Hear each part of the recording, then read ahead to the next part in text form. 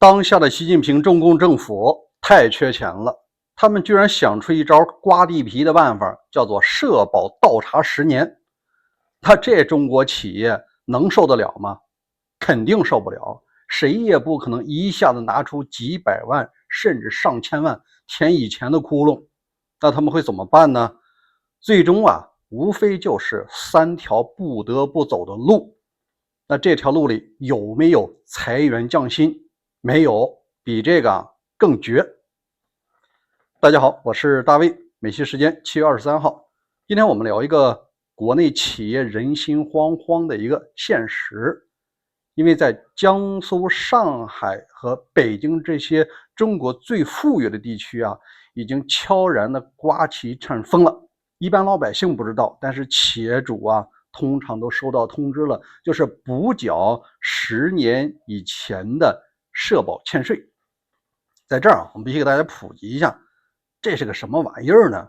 说到底，在中国以前的企业发展当中，它有各种办法能够降低社保的成本。说到底也是企业愿意，员工呢他也愿意，都不愿意把钱本身你一个月能拿到1万块钱，到手可能只有7000，那3000干什么去了？13%、3%，再加上其他的都交给别人了。政府说给你管理着，等你老的时候给你发养老金。这个从财务上它就是一个借新还旧的游戏。有人说中国社保是个庞氏骗局，也不为过。为什么呢？你得有后来交社保的人，但现在的出生率都已经跌破了700多万了。您看看，13亿人大国，每年出生人口只有700多万，那什么意思？现在的年轻人越来越少了，而领养老金的人越来越多了，这个剪刀差中共要解决。那你说要补充社保基金，是不是应该把军费砍一砍，把维稳砍一砍，把对外援助砍一砍，少一些楼堂馆所的建设呢？不是，这些东西对于中共维持它的合法性和暴力机器来说1分钱都不能砍，甚至还得要增加。那怎么办？那只能是老百姓自己消化。现在他们提出来一个思路，就是给企业发通知，让你缴以前的税，也就是社保的漏缴。在这儿我们必须讲，以前的企业有2种最常用的办法，一种呢叫做社保洼地。你比如说北京交社保，企业一个月得交1000多，个人呢也得交个700-800块钱。他就把这些人的社保呢上到河北的一些贫困地区，或者甘肃的一些地区，甚至贵州的地区，那他交的也许只有1/3了，企业员工都得利。那你说当时政府不知道吗？知道，但是他们想的是什么 GDP， 你只要把税交了， GDP 给我做出来，这个呢我是睁只眼闭只眼。但现在不行了。为什么呢？现在人口的越来越少，这个剪刀差缺口越来越大了，中央又不愿意往里边填，你只能各地自己来压缩自己的成本，也就是要挤压自己企业内的。你看北京、上海、江苏都这样了，事实上内陆很多城市早就这么操作了。那一个呢是社保洼地，第二个他们还想了一个办法，叫做劳务派遣，或者是采取协作。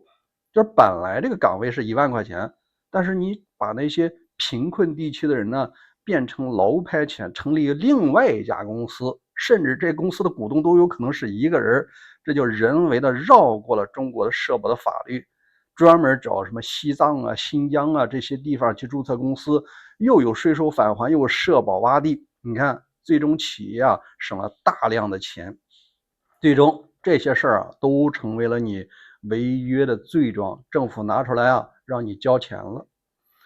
事实上你看到的是一些企业晒出了追缴通知书，是他们交不起了，有人就直接吐槽，那我只能把企业关掉。以前一年也许有个1000-8万的利润，现在连100万的利润可能都难了，甚至是说我原有的大客户人家迁走了，没单子了，我还得要解决关门的问题。所以说反而催生了他们把企业现在注销走人。那既然说中共现在要竭泽而渔，要让各地搜刮企业，通常他们首先靠大数据把那些纳税100强和纳税达到一定规模的呢，你让这些企业先交。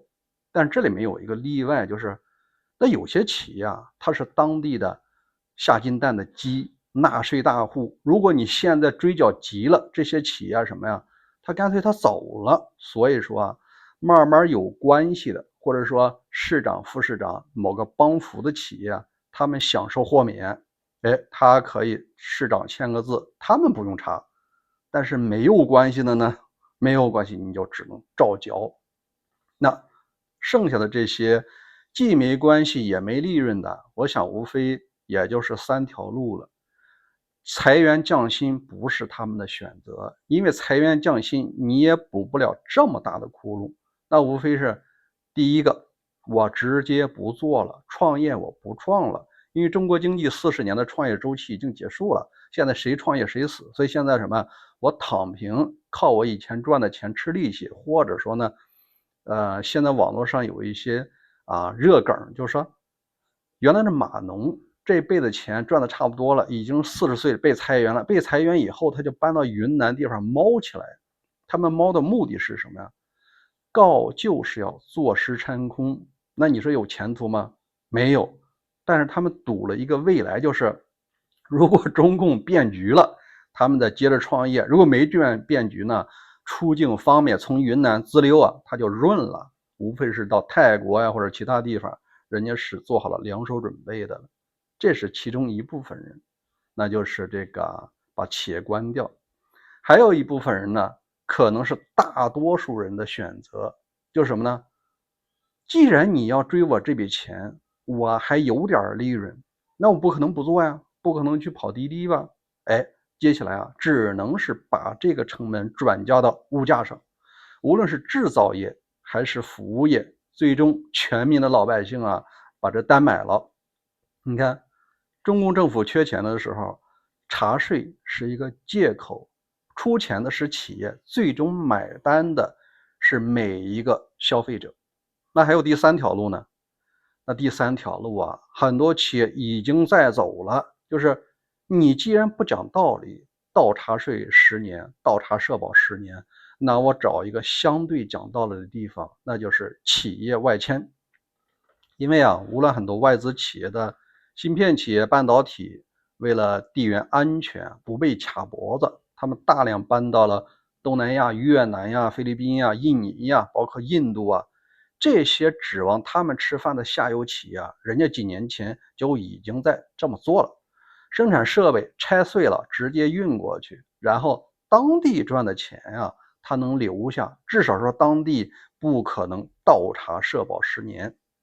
所以企业这3条路最终都是要走的。那接下来最终买单的是中国的营商环境，大家还想创业吗？